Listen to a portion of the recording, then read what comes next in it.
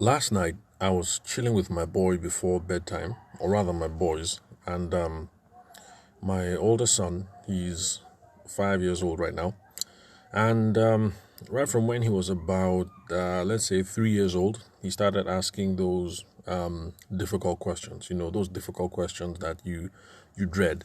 Not necessarily that you dread them, but you're not quite prepared for, because you forget that you were a child a long time ago, and so you were curious about lots of things about faith, the world, the fate of mankind, and things of that nature. Because I think he was close to 3 or maybe slightly over 3 the first time he asked me in church when we walked by a statue, "Is that Jesus?" And then we started having those conversations about who Jesus is, who God is, what's the relationship, and who's this other guy, the Holy Spirit. Anyway, so I've been using I think in my parents' generation they called it the penny catechism. It's just a little red book with lots of, what will I say, quick and ready answers to these sorts of questions. So I've been walking him through a couple of stuff in that regard.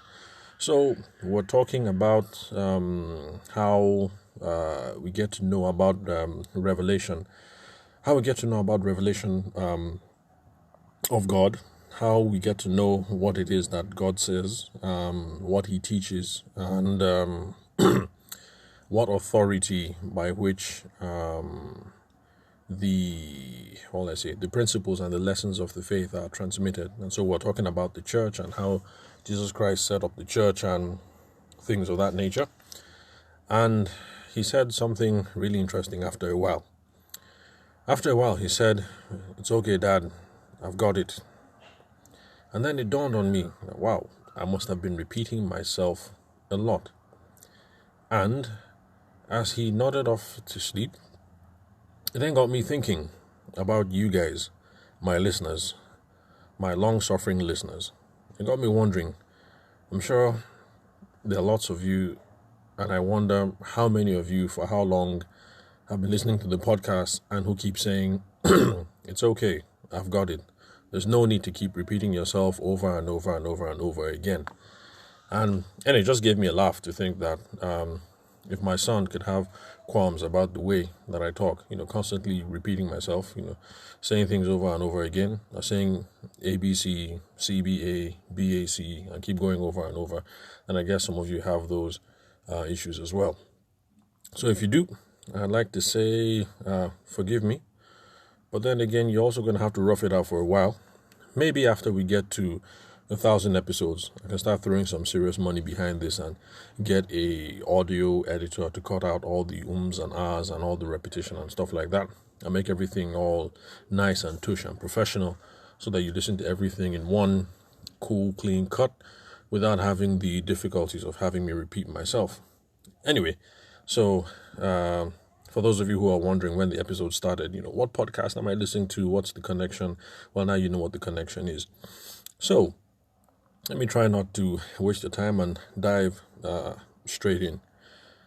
Okay. Now, I've noticed that a lot of wedding vendors have been taking advantage of the WhatsApp, I'm not sure what it's called. So let me just call it WhatsApp business account function or whatever.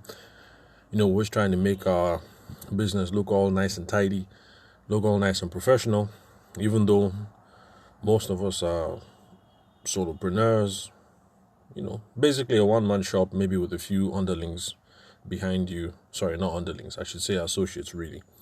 But we try and dress up everything real nice and make it look real professional. So that doesn't just extend to getting the business account on Instagram, which has lots of cool features like the highlighted blue button so that people can call you back. What else? Contact through email, the business stats that you receive and things of that nature. And it looks like WhatsApp, I'm assuming maybe WhatsApp has rolled out something similar as well, because I've been getting lots of prompts, a lot of auto-responded messages when I reach out to other wedding vendors. And so it looks like they're rolling out some business thing on WhatsApp, and people are hopping on the train and trying to make things look legit. And for that, I'll say kudos to you guys. I doff my hat. It's really nice that you're trying to take advantage of these things, leverage technology, as we should all rightly do. However, I'm a prophet of doom and gloom this evening, and what I've come to tell you is that a lot of you are latching on to some of these technologies without giving real thought as to what the best way to use them are. So, for this WhatsApp business function thing, the auto response messages, I've been telling my friends one-on-one, but I figured I might as well make it an episode on the podcast so that I spread the gospel far and wide, so that we can find the right way to adopt these things. Because I think the way most people are using it, I don't think it cuts muster, and it doesn't lead to a very pleasant communicative experience. And think about it. If your fellow vendors have issues with it, I'm willing to bet that one or two of the brides who tried reaching out to you out of the blue might have issues with it as well. So let's run through a couple of examples, and we'll see how I'll give a couple of suggestions about how I think these sorts of things can be done better. Now, thankfully, I'm going to ignore the way that the banks use it, because I had to reach out to GTB because of the riots that were going on in Lagos. Customer service closed down, so they were not available by phone. That's to call in, but you could WhatsApp in to have your queries resolved, and that was another experience altogether. I would send in a message and get those long multi-paragraphs auto prompts, and well, anyway, let me just leave that and stick to the wedding industry. So now, this was an auto response that I got this morning. I sent a message out at about 5:55 in the morning, roughly, to a wedding vendor. We've been chatting for a while because I want to get her on a vendor interview slot for an online wedding planning mag that I write for, and that's illudio.com. From what I've been told, I think Illudio is a play on the traditional Igbo word for wedding or something like that. Is it Ilude or something like that? And so this dude just nicely crafted it, Illudio. Now, typically, it's like the typical website because, one-stop shop, get all the information that you need over there. But they've been throwing in some innovation on the website because they've got a bridal, what's it called? I think it's called a couple registry. That's where different vendors who have deliverables, you people that sell souvenirs, what else?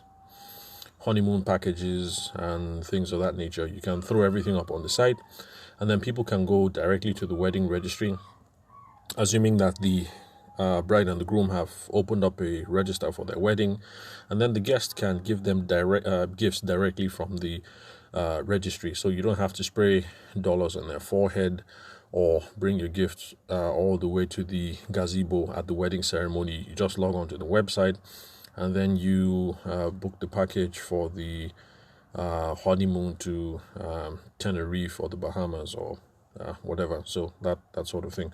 So it's an interesting experiment, and I'm going to hang on with them, Illudio, for a while to see how this thing pans out. Anyway, look at me off on a tangent again. So let me get straight to the point. Now, I tried to see how I could get this vendor set up on an interview. So I sent a message this morning just to follow up, after our last conversation. And then, voila, I get the response back. It says, "Welcome to X." That is, I'm going to leave all the identities of the people involved out of this. So, welcome to X. That's the name of our business. We look forward to working with you. That was the auto response. Now, I sent that message at 5:55 in the morning. And by the time I was doing a run through of my messages later in the evening at about 8:04, I noticed that she hadn't responded. And I get that one of the reasons why we set up these auto response messages are because we don't want to respond to messages immediately, especially at ungodly hours of the day. Like, let's say a bride reaches out to you, like I did at 5:55 a.m. I guess that's the whole point of the message.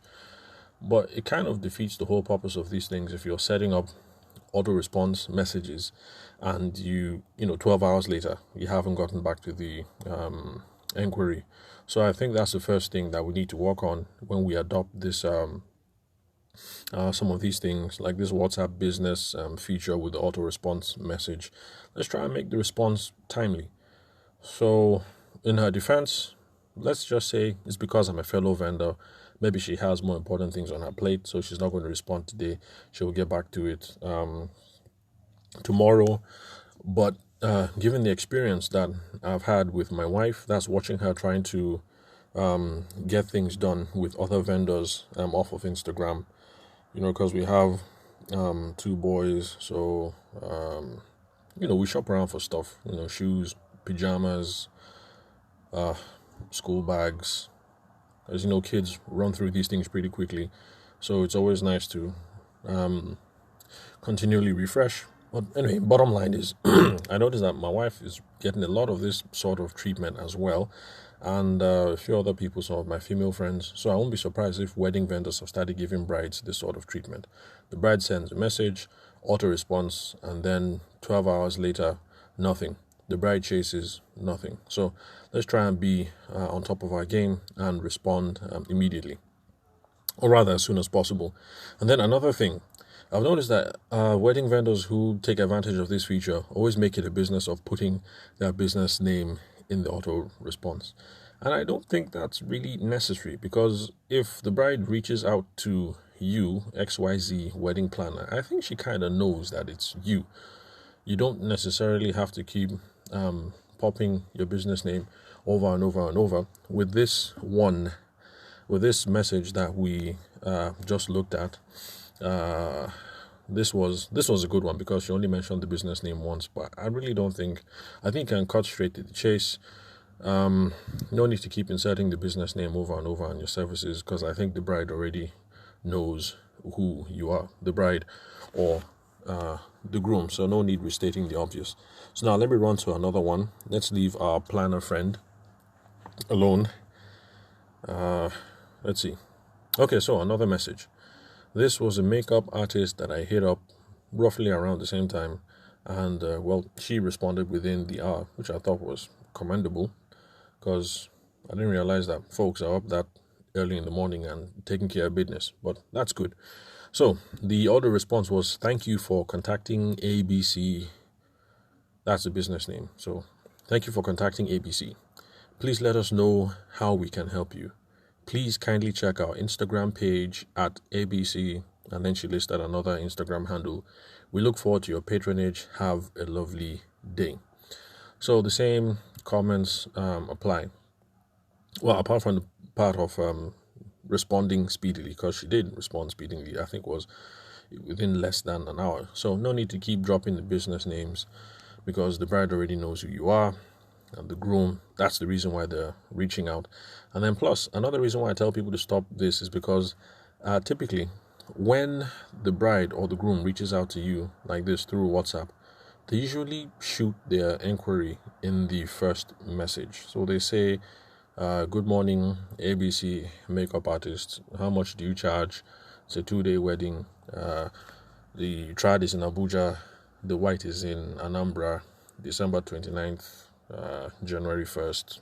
How much?" So the inquiry is already there. And then she gets this message back. "Thank you for contacting blah, blah, blah. Please let us know. Visit Instagram handle, blah, blah, blah. We look forward to your patronage, that. I just think it's ludicrous. Anyway, I know some of you might feel like, okay, I'm off on a rant again. Maybe I am. But the bottom line is, the whole point of using auto responses, especially when you can't get back immediately, and given the technology that we have today, is we're supposed to use chatbots and available technology to see how we can get a rudimentary conversation going until when we're able to get to the phone.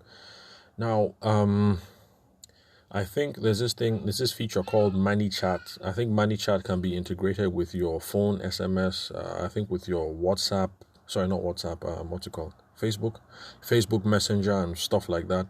So I won't be surprised if you can build a chatbot using ManyChat's so that if someone were to send this kind of message, your chatbot will be able to carry on a semi-intelligent conversation until you are able to get to the phone. Now, I know this sounds far-fetched and it's something like science fiction. Believe me, the first time I heard it, I thought this is wild. But the folks who actually use it, I'm not sure about wedding planners, but there's a wedding photographer in America or maybe Canada. I think the guy's name is Cheng. I can't remember the name of his website, but he lives and dies by this thing, and he swears by it that it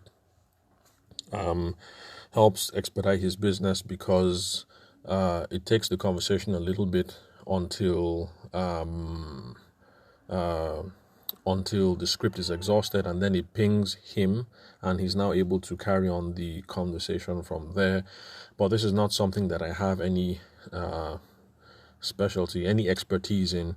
I just know that the one of the more popular features that I've heard about anyway, I think, is ManyChat. So this fellow Cheng, he uses ManyChat, and it's integrated to a whole bunch of stuff, including your SMS from the phone. And so I think maybe it's just a guess, but I won't be surprised if they have an option available for WhatsApp as well, so that you don't have somebody getting in touch and sending you an inquiry, and then the auto response is, "Thank you for getting in touch. What is your inquiry?"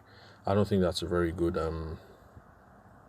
don't think it's a good customer service practice. So, yeah, chatbots, if you can. I mean, if you really must, do some investigation and see how you can hook it up with chatbots, and then you will seem really cool and ultra professional, I think. And then another thing with this example, when we have prompts like this, we have to be careful about the number of call to actions that we put there.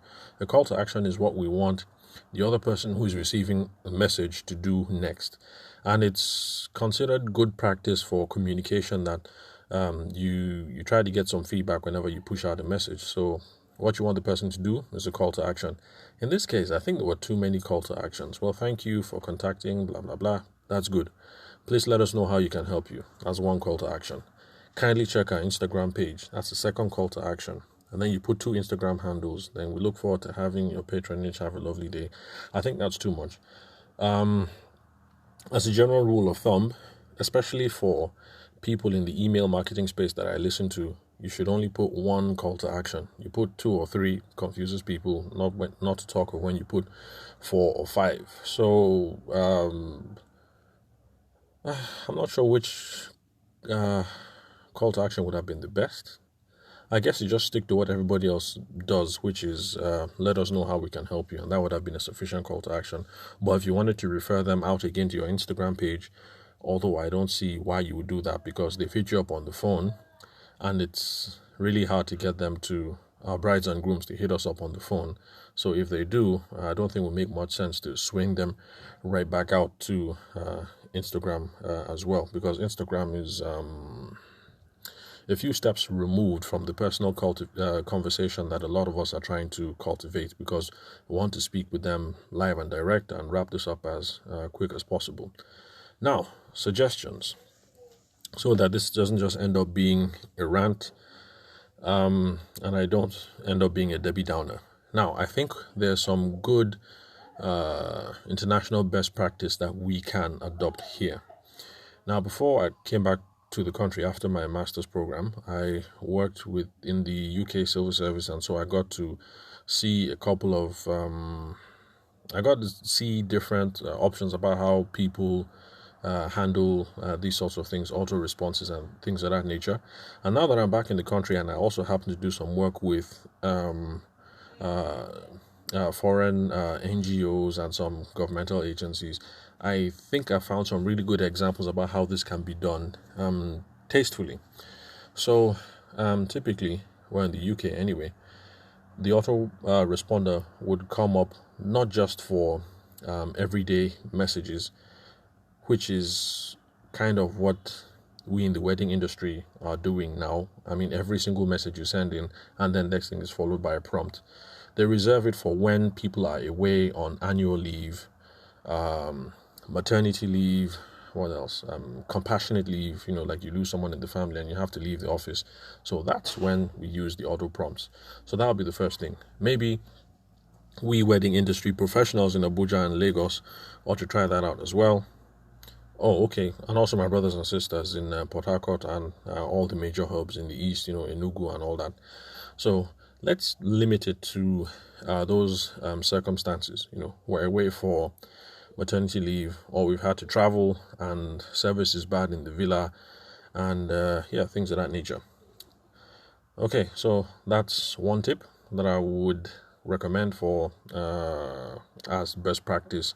Don't just have prompts coming up every single time your bride sends you a message. It drives me crazy, and I'm not a bride, so I won't be surprised if it drives our brides and grooms crazy as well. And the focus of the messages for these auto prompts, as they use it in the corporate, NGO, and in the government space, is to say that the person you're trying to reach is not available, but if it's an emergency, you can reach this other person for an immediate response, and also leaves a kind of promise about how soon you'd be able to respond to them.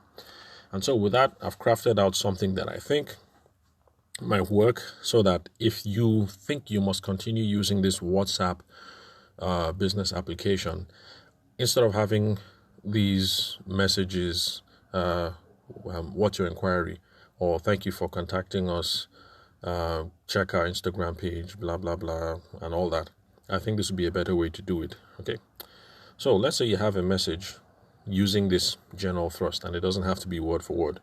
So thank you for reaching out. Tavishima is unavailable to take your messages now. If you need an immediate response, call Seve. Side note, Seve is my brother. He used to be my business partner. He handled the video before he and his family left the country. So let me start again. Thank you for reaching out. Tavishima is unavailable to take your messages now. If you need an immediate response, call Seve on 080-123-456. Either way, I'll respond to you before close of working hours, 4 p.m. Nigeria time today. So I think, of course, maybe mine is a little verbose, maybe too long, but you can chop it up here and there, and I think it's a much more professional way to use this instant reply thing on WhatsApp. It's fulfilled a couple of things. It has let the bride know that I'm not available now to take the message, but if they need an immediate response, this is who they can call or get in touch with, and the person will be able to respond immediately. Of course, in cases like this, be sure to let your brother know or your business partner know that they are the immediate response option, so that when that message comes in, they now don't receive another prompt from them, but receive a response as soon as possible.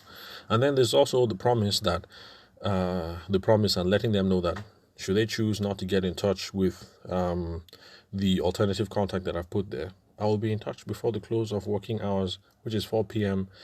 Nigeria time. So I think that's a more reasonable way to go about it. The bride gets the point. This dude is not available. If I need someone who should answer me right now, this is the person to call or text. But if it's not an emergency, I can just chill, and I expect that this wedding photographer or wedding planner or makeup artist is going to call me back or text me back before 4 p.m. close of working day. So that's the end of my rant, and I think this is the best way that we can take advantage of these sorts of things to make our business look nice and legit. So those are the options. Number 1, explore chatbots. Number 2, look at international best practice, and the whole point of it is to let the person know you're unavailable, this is who can respond immediately, and this is how soon you intend to get back to them. Thank you very much for listening to the Sales for the Nigerian Wedding Industry podcast. I'm your host, Abuja-based photographer Tavishima Ayede. As usual, questions, comments, or queries, hit me up on email ayede.taver@gmail.com or Twitter @AYEDETAVER, no space, underscore, no nothing. And you can also hit me up on WhatsApp, Telegram, and the usual. And I promise you are not going to get an auto prompt when you do that. I'm not on point on my WhatsApp game, I must confess, but I definitely will respond to you before 4 p.m. of whatever day that you send your message. And the number is 080-6466-2140 for our foreign audience, our brothers and sisters abroad. Don't forget to use the dial code +234. Thank you very much, guys, for listening. I'll catch you all on the next episode.